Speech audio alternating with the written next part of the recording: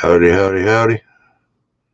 Here we are another Thursday night. Let's get Jason on in here. Alrighty. Gonna be one of them nights, huh? Yeah. Yeah. Okay. It's been one of them days for me. Yeah, me too. It started off at the dentist. Well, I just about forgot what day it was, what I need to be doing. Mm-hmm. Alright, we'll see how this is working. Alrighty, well, for those that are waiting to know, Bill has got a show that he's working on for next month. This will be the last show for this month. And let's see, we got Ari McKeever. He just popped in. So did Dave. BNSFN Scale. How y'all doing?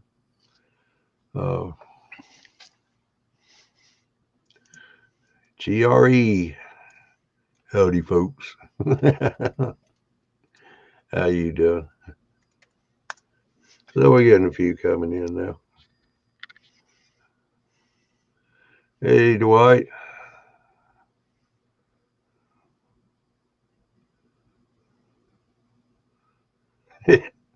Yeah. I would say it's Windows, but Dwight uses an Apple. The Eagle River Subdivision. How you doing? All right, the link's posted on the Facebook and YouTube, so some of you guys jump on in here. Let's get a conversation going. Yep. Because Jason and I do not dance well. No. Hey, Ralph, how you doing? All right, just for a teaser, there's an announcement coming up next month. I'm not going to do it this month. I'm not giving anything out. But next month, there is going to be an announcement because there's something going to happen during the summertime. So y'all have to wait till next month, and I'll tell you what's going on. Yeah. Lynn from Palmdale, California. I'm just wondering if it's for the good or is it for the bad? Oh, that's for the good. Okay. That's all I know. Yeah. Yep.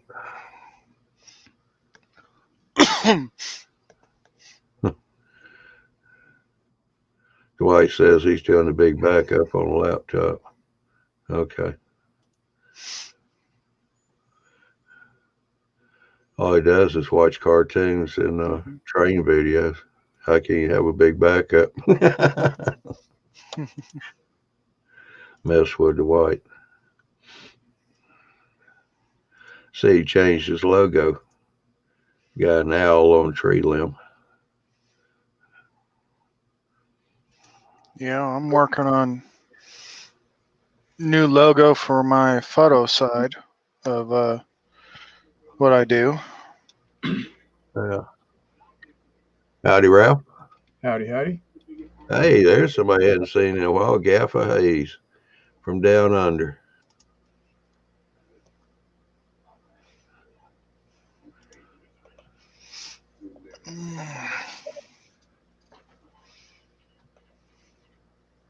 So what's new and exciting, boys? Not a whole lot. Dan just popped in. Howdy.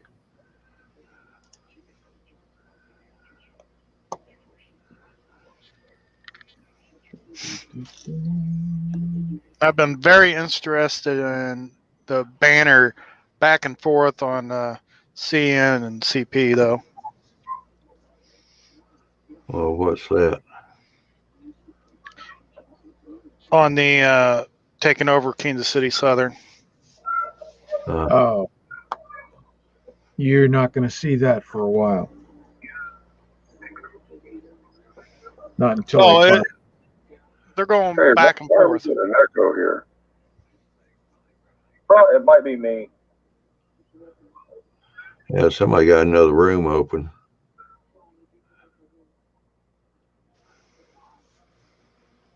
Who's me? I don't have a room open. Not that I have sound on anyway.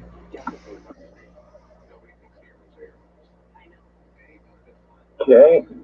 Where's Johnny at? I hear him, but I don't see him. All right. I don't know who's talking, but they're not in here on StreamYard. No. Oh, I was coming in. I was gonna come into StreamYard.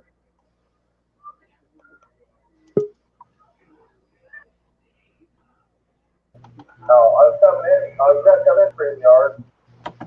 All right, that's Ari's got the window open. Hi. Hey. Oh, I was trying to get in. I still streaming through the YouTube. Yeah. It's my first time using this StreamYard.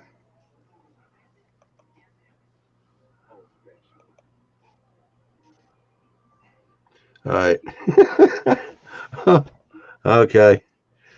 BN Eagle. That's not the way to write that for me to read. He said he probably got his last BN motive power annual that he needed, 1971. Hey Ralph, you got the address for Somebody's got a window open and need to mute the sound. And Ralph, you're in here twice. It's frozen.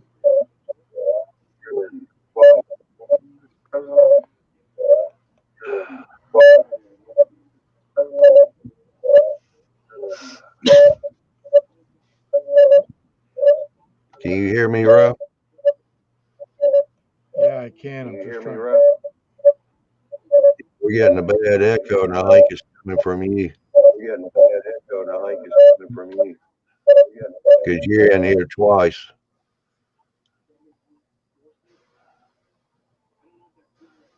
I don't know why. All right, now it's gone, and the echo's gone.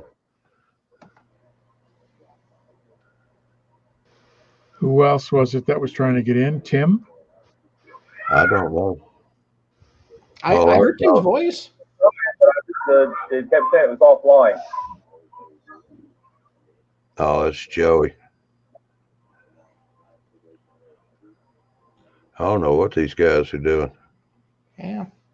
What's the max? Is there a max that we have, or? Yeah. I can get about 10 in here, I think. Okay. Well, actually 9 with me in here. mm-hmm. Now Ralph just disappeared. Let me bring him back in. There you go. There we go. So was the rail sale is Kansas City Southern for sale, or was it just like a crazy offer CP put together and then CN decided to hop on board and make them a sweeter offer? It was an offer that was put together by CP. I don't know whether you could classify it as a hostile takeover, but even though CN and CP share trackage rights, CN decided to get into the fray, so they made an offer which was better than CP. Yeah. So now we're going to see what happens. Yep. That's nuts. So and Dan CSX is trying to buy up all of the East Coast. Dan Cohen wants to know, Ari, do you have a really good lighting or just a super camera? I think it's a super camera. I got the Logitech 950, I think is what it is. It's my wife's.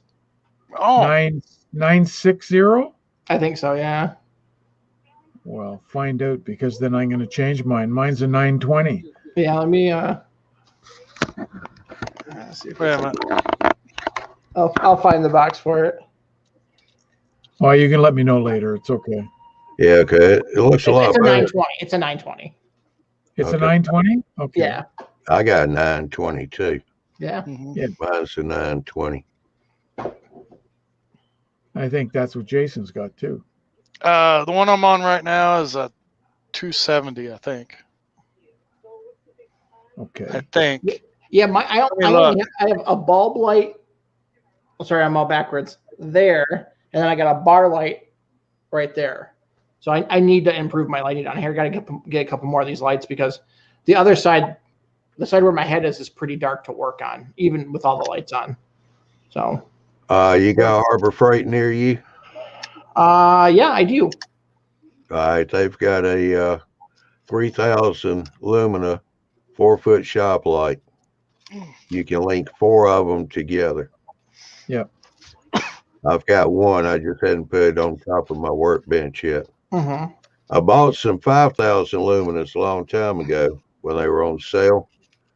And I plugged one in just to see how bright it was, because sometimes they'll tell you, all it does is 5,000. You plug it in, you barely can't see anything. I plugged that boy in. I didn't see for about 3-4 hours. Yeah, that's the thing with like a basement railroad. I got one plug down here, and I had four little bulbs, and that's it. And you daisy chain them. That's what I got to daisy chain them. I gotta get an electrician down here because I've had so many times. We've talked offline about this. Like every time I have a thunderstorm, my layout turns itself on, and I'll hear my steam engine upstairs chugging along, and I gotta pop down here in the middle of the night and turn the power off. Yeah. So if I could have an isolation switch, just pop it off, it'll never turn back on. Yeah. All right, we got a question from Mixed Traffic Productions. So what's your question? Is steel track worth using? No. Well, hang on a second. It is if you take all the ties off and rust it all to hell and put it at the side of your layout as a storage for rail. But don't use it as trackage. Yeah. No, you want the nickel silver track. No steel, no brass. I inherited a bunch of trains and it's all brass rail. And I'm like, they asked me like, oh, did you get it all set up? I'm like, no. I'm going to have to buy all new. I'm going to have to redo all the locomotives. And so it sits under the layout. Yeah. Steel track's only good, like Ralph said, use it for scenery. Exactly. Grandpa Rails is here. Randall Ellison's here too. He said they're getting a Harbor Freight. Randall. Mm-hmm. Not him personally, but there where he lives. Mm-hmm. West Plains. We have a Menards, but it's quite a ways. My 2 Menards are about an hour away, and that's where I got that one. And I didn't realize, I can daisy chain that too, but I realized that after the fact, and didn't do the knockout and put that plug in that you're supposed to. But yeah, mixed traffic. That's what happens with steel. You're gonna keep sanding on it to keep the trains running, because it'll just keep rusting. Once it oxidizes, it won't allow the electricity to flow through. Mm-hmm. There's a guy on YouTube, and I wish I could remember his name right now. He's building a quarter scale railroad, and he's using iron L bracket for his rail. And he just lags it down into he made like these I don't know if they're 3x3 or 4x4 ties to run his locomotives on, and it seems to be coming along pretty fast. Yeah. Like an interesting guy to follow. All right, Tim, you got your camera and stuff working? There we go. All right. He must be cooking supper again. Looks like he's on his phone. Yeah. Yeah. With no microphone. He's being a mime tonight. Yeah, I'm working on that server still set up. Got the headphone on, and I'm on my phone because it's the best way to hear you guys right now.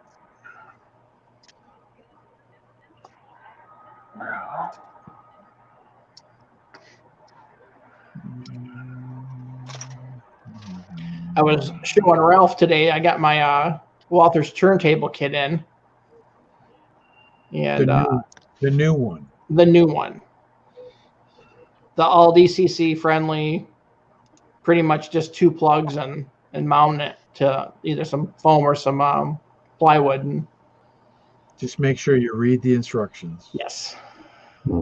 Don't do the guy thing and put it in and then read the instructions. No, that's why I was glad you were around, man. I asked the questions too. Yeah. William A just popped in. How you doing? Mixed traffic. Let me see here. Yeah. Bachman's okay. Atlas Flex Track is a better deal. The Bachman Easy Track, that's a good track, but the problem is you're kind of limited. You have to go where their radius is. You cannot adjust the track, so you're just stuck, and you're going to find if you're trying to do a layout, the Easy Track is going to make it very difficult. So I would go with the Atlas Track. That's what everybody else does. If you're looking, though, for that snap track, I think they do make Kato and HO. So it's going to be pricey, but the problem is they're a fixed radius. Yeah. They have for 2-line main line, so you have 2 different radiuses, but still it's fixed. You can't really change it like you can with Flex Track. Yeah. Yeah, I started with Kato and then moved to Code 55. So if that tells you anything. Not really. It's cheaper and it's better. I just try to be like your wife, you know. And the turnouts are at $32 a piece in N scale.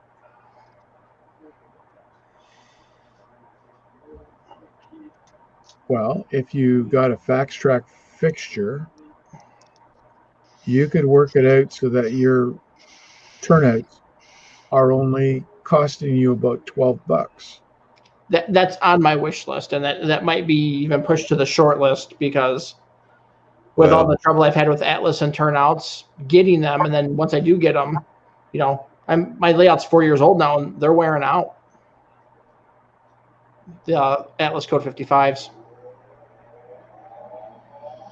Yeah, well, I haven't bought any supplies in a while. We're getting the background noise of somebody killing. That's me. I'll mute. But anyway, I haven't bought any supplies in a while because I use the fast tracks, jigs and all.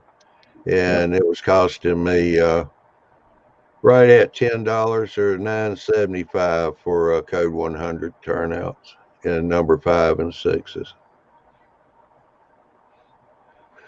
Mixed traffic. He said, I currently have a broken Bachman Thomas. The pickups and the wires are messed up. How should I fix it? Yeah. Well, if you don't know anything about it, try to find somebody else that does, or take it to a hobby shop. It's the Bachman Thomas and HO scale. It's just Bachman Thomas. He didn't say what scale. I think they only make it in HO scale. Yeah. Yeah, I think Thomas or the Bachman only does. How are the pickups broke? I mean, pictures would help. You can go to our Facebook group and post some pictures, and somebody on here might be able to help. I've repaired one myself. They're not real hard. I mean, it takes some soldering skills. But, I mean, you can solder it back together. You can actually cut you out a piece of new brass for the contacts. So, but internal pictures would definitely help to see what you got and how to repair it. Yep. So Andy's sitting in the sidelines tonight. Yeah. He's saying, I love to use ME, microengineering track. Just don't have a big range of turnout configurations. No, they don't. If you got fast track fixtures, you could have all kinds of turnouts. Yeah. And you can use Atlas track or ME track or Pico track and use Walther's turnouts and Pico turnouts or Fast Tracks turnouts, they're all interchangeable. They all work. You just have to make sure the rail size is the same. And if they're not, you have transition couplers to hold them together. Yeah. Yeah, Mixed Traffic said he doesn't have a hobby shop nearby in his town. He doesn't have a soldering iron. So, like Tim said, just take some pictures of it, post it up, and let people take a look at it. We might be able to suggest somebody that you can send it to and let them fix it for you. If he's not comfortable doing that, send it back to Bachman. They'll fix it. Yeah. Yeah.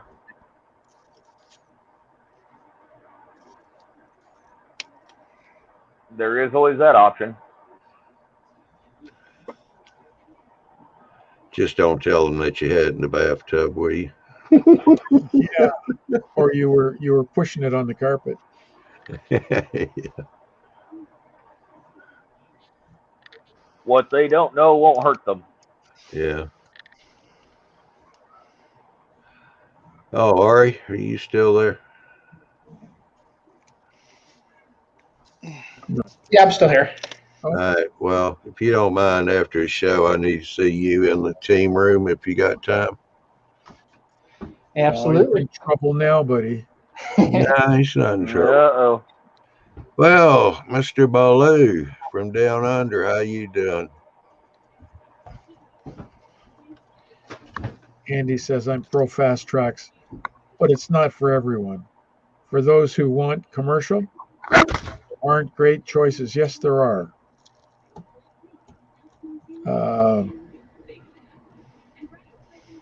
Anything but Atlas. Well,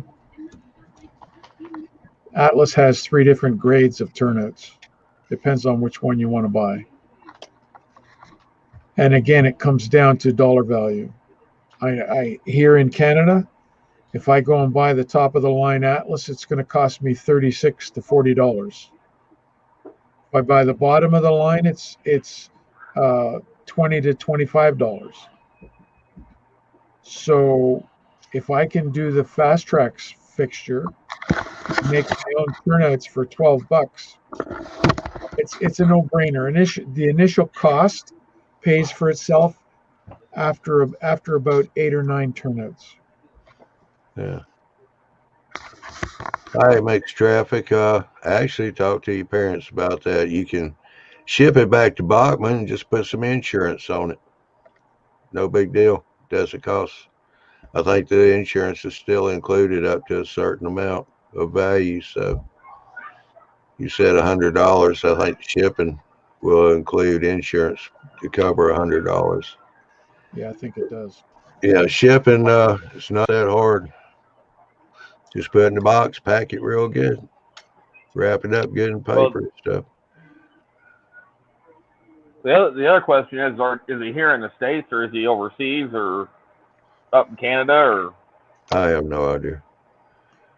All right. No idea. Mixed Traffic, where are you? Where are you located? Are you in North America or on the other part of the continent? Tell us. Blue says he's going back into the hospital in May for some minor surgery. So I guess they're going to be taking that big wart off the end of his nose. I haven't messed with him in a long time. I just had to do that once.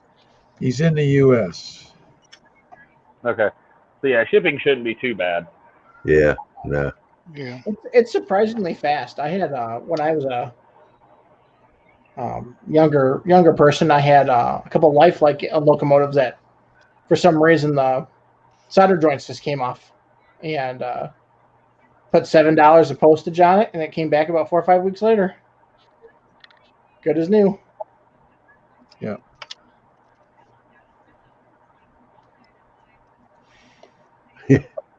I believe said no, the one on his shoulder. The big one.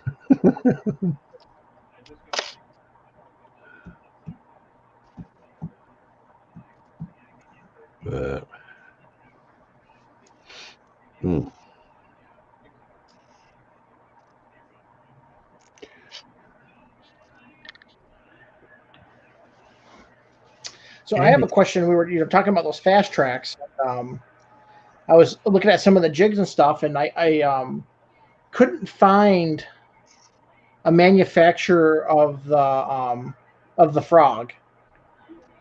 You don't have They're to. usually they're cast. You make No. your Is own. that- You make your own in fast tracks. Oh, you make? Yeah. You don't buy those individual. Oh, okay. It's There all is a company that makes frogs, and Andy knows them because he buys them. But I just make them.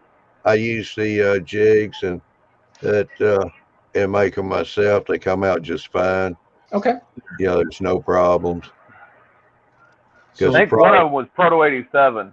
Okay, so you're just bending the rail then. Okay. It's made with the rail. Oh, very, very nice. They have a jig that you use to, that way you get the angle right. I think Ari froze up.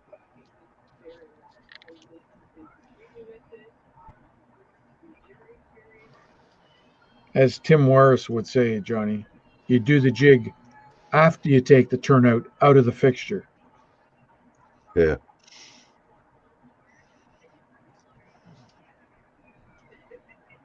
I just make a bunch of them up. I do them in groups of 5s.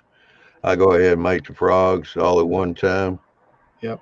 And then when I'm building turnouts, I just drop them in and keep going.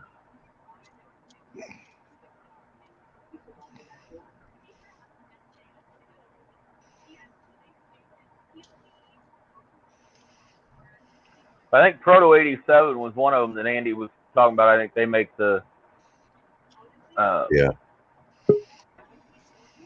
the frogs. All right, Ari's back. Yeah, internet dropped or something. You guys started spinning, then I started spinning, and No, we weren't spinning.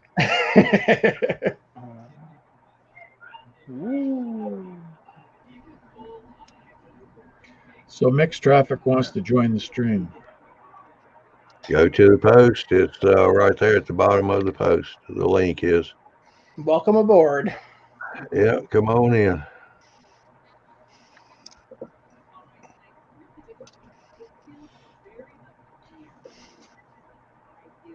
Go to either YouTube or Facebook. Here you go. Right, it's on our Facebook page. Well, There he is. Get his camera going. There he is.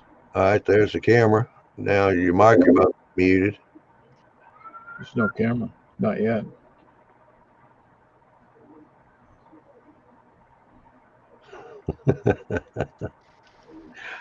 Yeah, nice icon.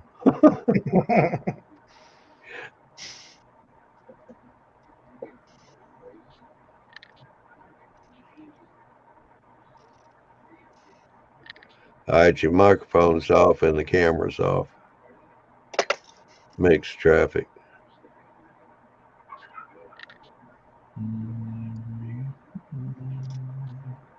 You can go down to the bottom of the screen. You'll see some icons, and you may have to go to the gear.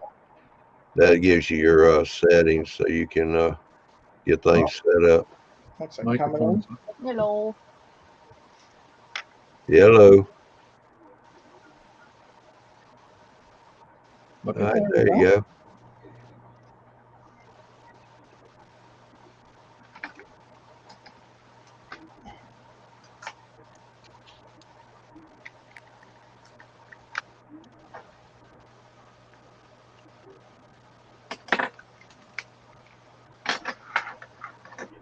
Oh shoot! I can't make him bigger on my screen. Johnny, can you make him bigger? I think I can make the whole thing bigger. There we go. So are these broken or are these No. How'd you get him bigger, Ari? Well, I clicked on the full screen and it made everything bigger. Really? Yeah. Yeah, I don't have that option on my laptop or on my phone. I mean, he could share if he wanted to share to make it bigger. That might do it. No, that's just sharing the screen.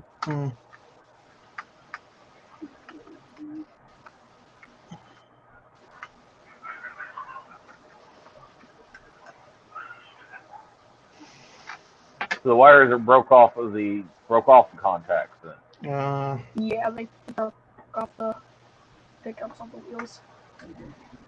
Yeah, you're gonna have to solder those back on.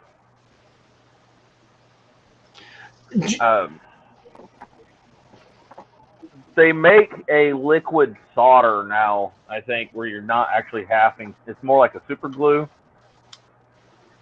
where you don't actually. It's actually an electrically conductive super glue, where you don't actually have to mess with an actual soldering iron.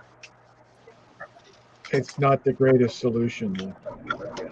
No, but for somebody possibly hit, I don't know exactly how old you are, but 15. it would be a solution for you. 15, and he doesn't have a soldering iron.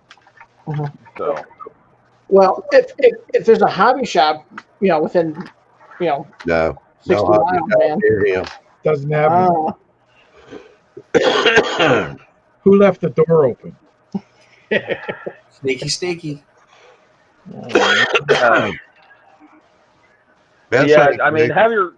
Best thing to do is for you to check around at school. I'm sure you're going to find somebody at school that does soldering, and let them solder that back together for you.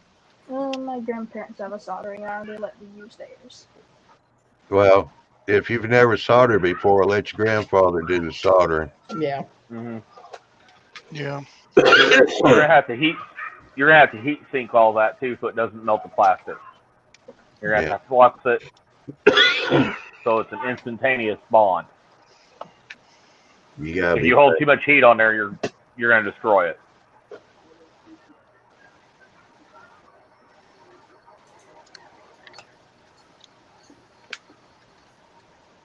Heck, I think I was like 25 when I got comfortable with soldering. It took me a long time. Yeah. And lots of burns. That was last week, wasn't it? Last week, 11 years ago, yeah.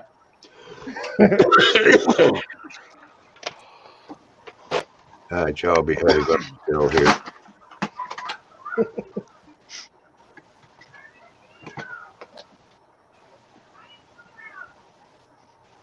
Are those made by, was it those are Bachmann's, right? Yeah.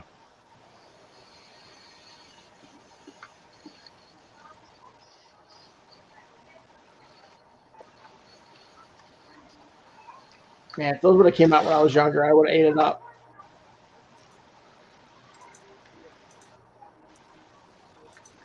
So you're going to have to build some for your daughter now. You know that, Ari, because they don't make them in N scale. No, I know. I actually, a couple nights ago, I got the 5-minute Thomas stories. My mom got them for me. Yeah. And I was like, you know what? It's time to start reading these to her. She loved them. And every time, because we live on the main line, every time the train whistles, she doesn't say train, she says dad. And she'll point to the window. Wow. So anytime there's a train, I said, yep, Daddy, here's the train, She's making the association, man. Oh, yeah. She knows right now,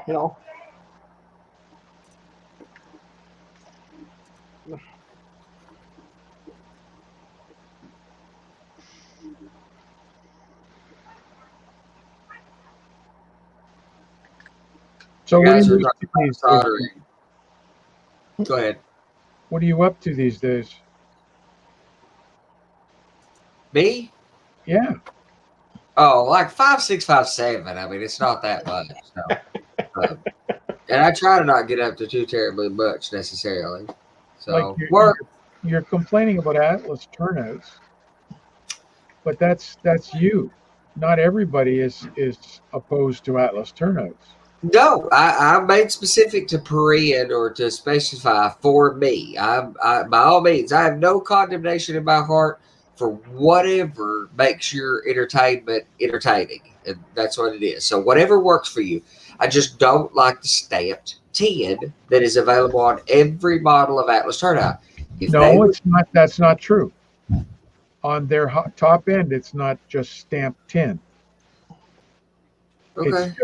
It's just like this, a little bit cruder form of Proto 48 frog. Well, no, the biggest problem I have, I don't like the frog arrangement, the cast manganese kind of situation with the frog. I don't love that, but it's the points that I have all the complaint about. Because anybody who's had Atlas turnouts for many, many years, the points fail. They always fail, and they're cast or they're stamped 10 points on all of their turnouts, to my knowledge. Whereas some of the others use a filed rail or a nickel silver treated part that's a little more hardened. So Yeah. In N scale, right where the point's just off the tip of the point, it's starting to pit now. From when it hits the guide rail and hits over, it sheds the spark out, and it's just eroding some of my turnouts. And it's visible in N scale. It's visible how much rail has been removed now. Yeah, the blades fail. Adrian says they fail. They don't wear well. They don't conduct electricity well. They shouldn't have to, but you need to. You're going to have a locomotive that's going to have to ride the points. The bent rail configuration of a fast tracks is great in a lot of cases. But I also like hinged point turnouts pretty well, which is why I use a cast point as well, basically, so it'll snug up to the rail. And I like cast frogs. But I think it's a materials problem that I have with it. If you're doing it with tin or a weak metal, the life expectancy of your switch is going to be low, and that's fine if you 10 years and you're good. But if you're building a life that you hope will last a lot of years, So there's three other options. You have Pico, you have Walters, and you have Microengineering. Yeah, I recommended all three of those in my comment. I like all three of them. Mm-hmm. Depending on where you come back to. The only problem I have with Microengineering is they have the forward philosophy of the 1900s. You can have any color you want as long as it's black, or, if it's a Ford. But you can get a number 6 left and a right, and the number 5 yard ladder system, which is spectacular. I love that. And you can take the number 6s and bend them. You can flex them a little bit with a modification that Mike Conflone has talked about on Facebook. So you can do some things with it, but it's a number 6. I'm using very few number 6s. Most of my turnouts are 8s or 10s. So Microengineering would have been out of the question for me. Pico is a very solid product, though. And the new Walthers products, now that they've taken over for Shinohara, I haven't tried yet, but they look really good. So. Dan Cohen says the plastic in the N scale turnouts on the ones that he had were too high for any of the cars that he'd run over them. How old were the cars? Because chances are you had pizza cutter wheels on it. Yeah. And I just don't like plastic guardrails, plastic frogs. Even it's just not that hard, or it's not that expensive of a product to get a product that's built like Pico or Microengineering or Walthers. Those products are not that. The difference in an Atlas turnout, the top end Atlas turnout, and the lowest end Pico stuff or the Walther stuff, is just not that significant. You're not talking about 10%, 15% more, and you're talking about a life expectancy to be the rest of your life potentially. Yeah, because even if your railroad doesn't survive, the cost of a turnout, you'll save it. You'll cut it out, and my turnouts have gone 3 or 4 different railroads now, and every time I build a railroad, I'll scrap the scenery, but you better believe I'm taking my turnouts out to save them. Yes. Yeah, Dan says no issues with Kato, and I mentioned that as well. If you want to use a track with a roadbed integrated, I don't personally love that from a scenic perspective. But when it comes to reliably running, including electrically in the case of Kato, they're reliable. One of the biggest problems I have with Atlas is not just the long-term whatever. If you're going to have a derailment on a layout, 9 out of 10 times it's going to be on a turnout. So having good quality turnouts is mission critical. Atlas Flex is fine. It doesn't matter. It's 2 rails that are roughly engaged. Good to go. But you want turnouts that won't cause you derailments, because if you're running a train around and it derails every 45 seconds. It's not going to be long before this awesome hobby ends up in a box in the bottom of your closet. And that's happened a lot. And derailments and bad electrical problems are about the reasons why people end up with a box of stuff in the bottom of their closet and they're out of the hobby. But Kato Unitrack, despite its cost, and that I don't love the scenic properties of it, both of those are problems. It's good. I don't have a problem with the quality whatsoever. So one of the things for N scale in the Kato was, and this maybe they fixed this issue because I've been out of Kato for 10 years, is every time you put a turnout in, the turnout track that came on your diverging route was a little bit shorter or a little bit longer. It never matched flush with your main, with the straight leg of the turnout. So they made an adjustable slip track to compensate for that. Yeah. Really? So every time you had to buy a turnout, you had to buy a special piece of track to make it match. Otherwise, I've seen a lot of these included. Never right.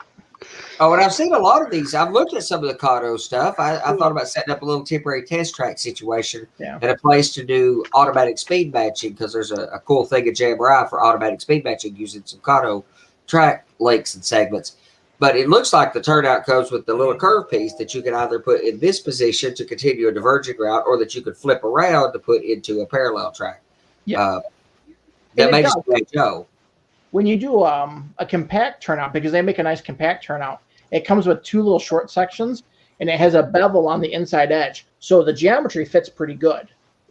But when it gets to the end, like if you were to put like a 6-inch or 5-inch straight piece on top of on your main leg, and then you do your divergent track to get parallel, it's going to be offset like this. Yeah. They don't make a 1-inch or 3/4 inch piece like you would in Atlas. Atlas makes, I think a 3/4 inch is the shortest piece, but they make it. And you don't want to, the person, with Kato, you don't want to cut Kato track. I don't want to cut Kato track. No, you can. I've seen people do it, but it's getting kind of defeating the purpose of Kato to get into cutting it very much. Now, if you had to cut a single scenario for a lift out or something, and I've even seen people, I've basically always condemned Kato because of the scenic property or integrated roadbed track work, because it's so hard to scenic. But I followed like Markland of Sweden, for example, his YouTube channel. He's great. He does great stuff. And he's actually made that integrated roadbed track of Markland look pretty good. It's not perfect. It's not my preference, but it looks pretty good, and especially in N scale, or if you weren't as persnickety as some people about, if you're not going to plant ballast with tweezers like I'm prone to do or something, the Kato Unitrack can be made pretty decent, but it is pricey. Yeah. But I would argue if you're starting out in the hobby and you want something you can take apart a bunch of times, I would change it. I'd put it on my, when I was a kid or whatever, I'd slide it out in and out from under my bed. I'd snap it together on my bed, run my transit, and then go to bed at night. I'd take it apart and then put it back in the box. I had a new layout every night. When I came home from school, I'd snap it all together, run it, and. Well, that's a thing that we used, I was, definitely came along before Kato was kind of the thing. And I mean, even when I was young, Kato was kind of coming out in N scale, but they hadn't made it into the HO market.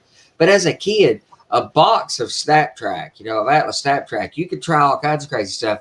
That is a disadvantage of FlexTrack, is that you can't just throw out a little switching arrangement and give it a shot. There's not as good a substitute for that, short of like Kato track and spending some money on it.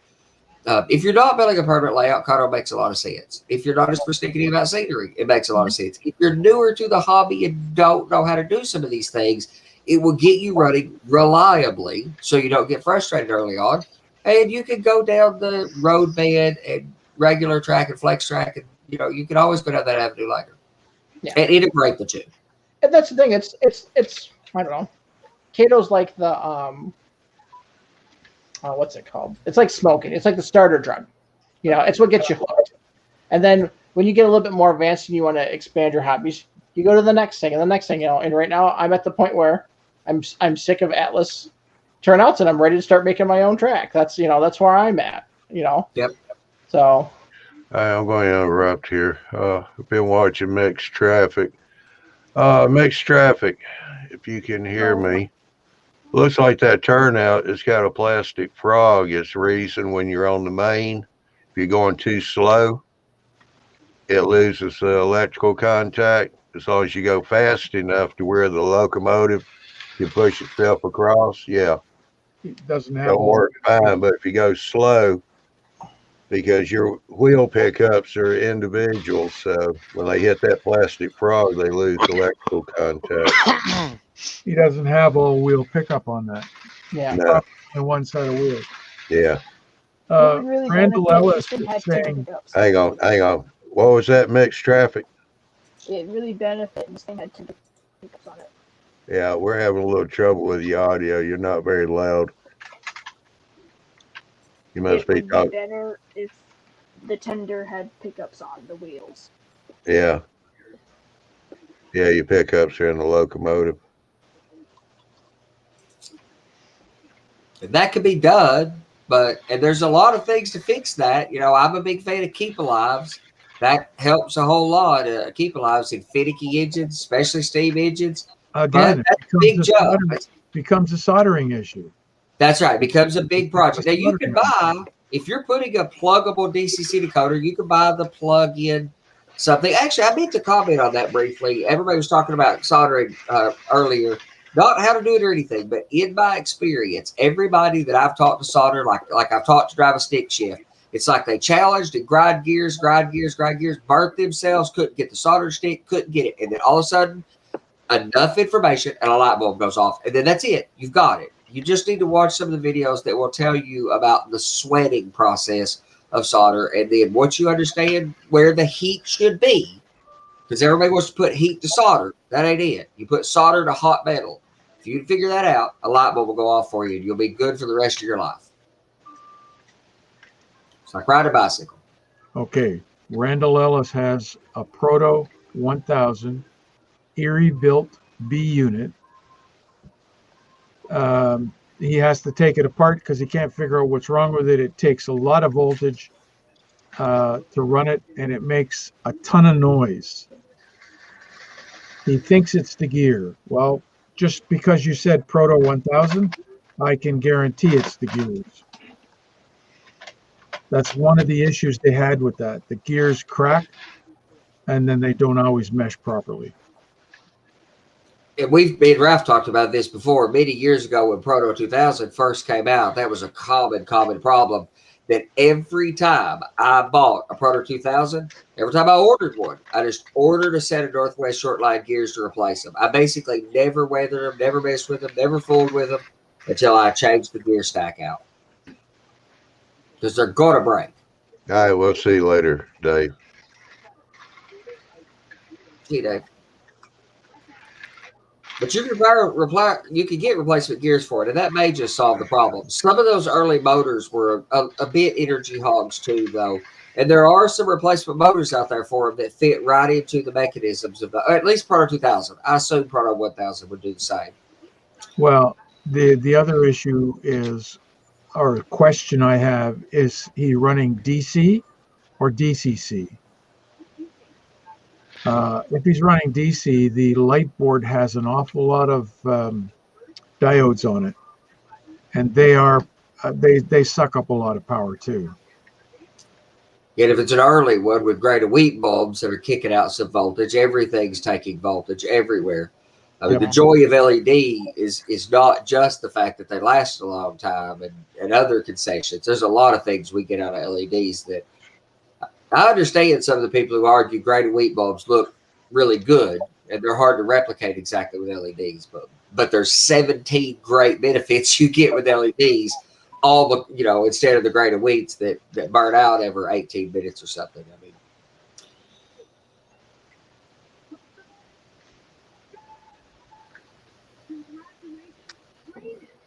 and now that I'm glad Northwest Shortline survived, I'm assuming they're back to full operation functionality. I don't know, but I would check and see if you could get a Northwest Shortline replacement kit for them.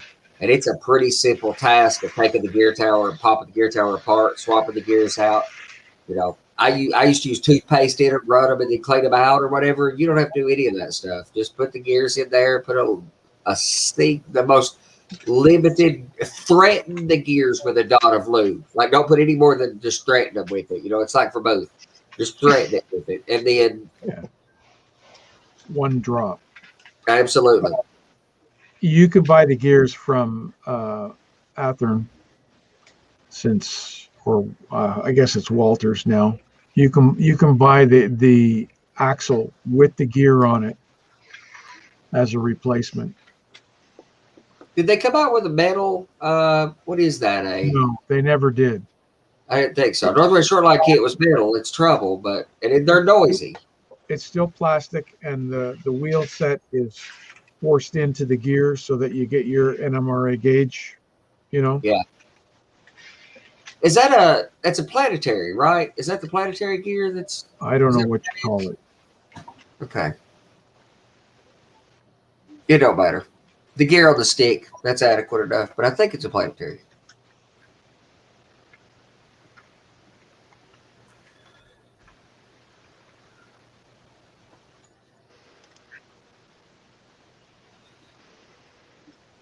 Dan Cohen says he nearly ruined his favorite engine, ballasting Unitrack.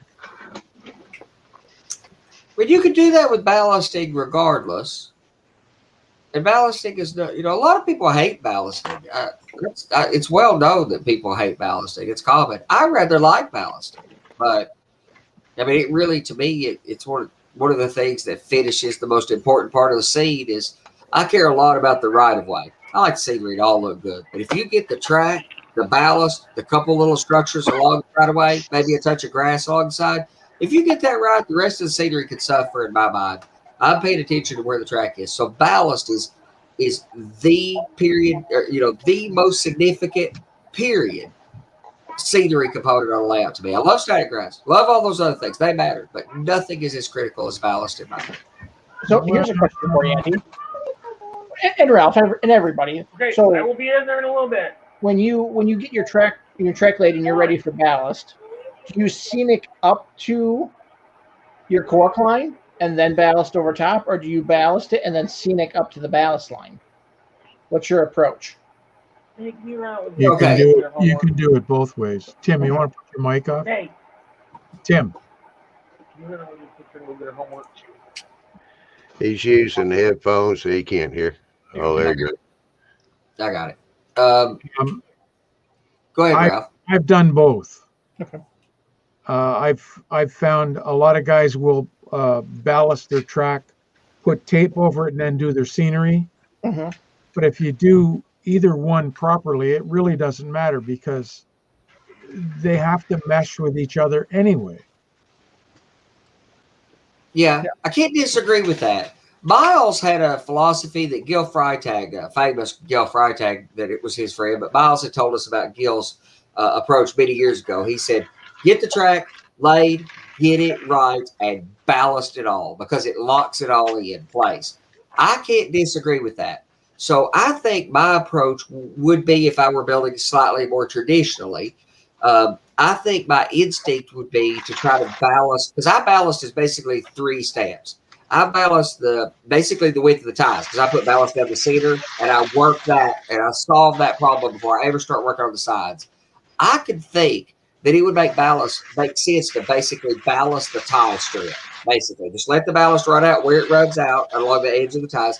Ballast that because it locks it all in place. It makes it hard and rigid, and you're going to lock it in once you've got it running well, because you're going to lock in the errors and the mistakes if you don't. But lock it all in right, and then go do the rest of your scenery. So it wouldn't matter, because I do like to put static grass and everything on, and then ballast right in there, so the ballast will fall down into the static grass. Static grass will come up through the ballast, and then I'll come back and do a little static grass on top of the ballast too. But so, like Ralph said, I think I kind of like to do them both, but I could sure see the argument that Miles said for ballasting the track earlier than I would have traditionally thought it made sense.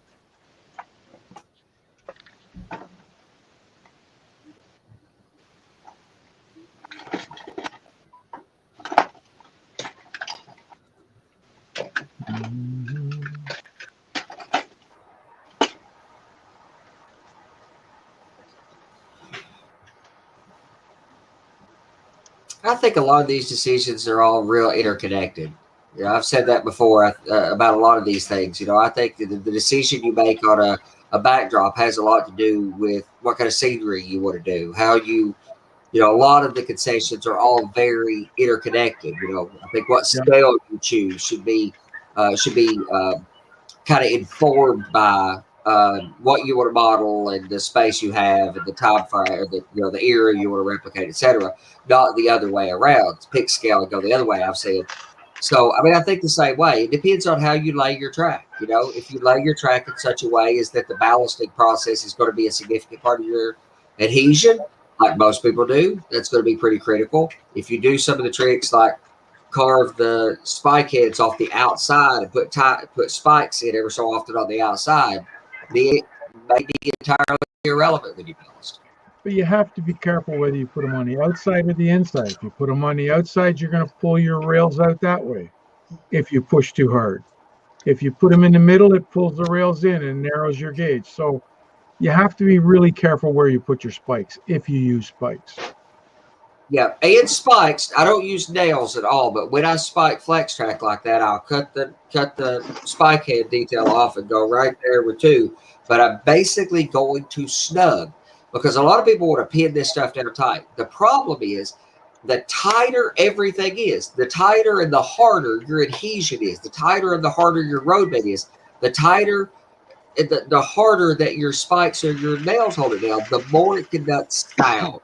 So what you want to do is just, you know, in my case, I spike into homosode. The reason I use, and I get it, any of you guys think, you know, are not pro homosode, and you're going to okay boomer me over the homosode argument, I know. But nothing holds spikes like homosode, and I like being able to spike. Well, the thing of it is, you can't get homicide that well anymore, especially down in the South. A lot of people can't. I just go to Menards and buy 4x8 sheets of it for $22. Yeah, but you're not in a high humidity area either, like I am.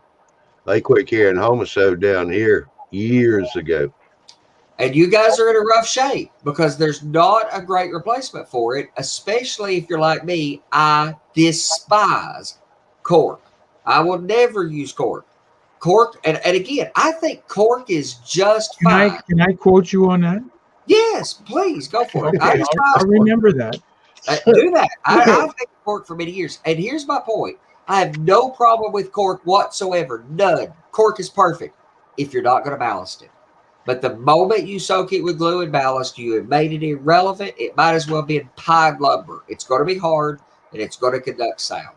It's just a soft material to work with that it absorbs glue well. Yeah. It's all it is. It's to get hard. Yeah. Turns hard after that. Can I just change the subject a little bit?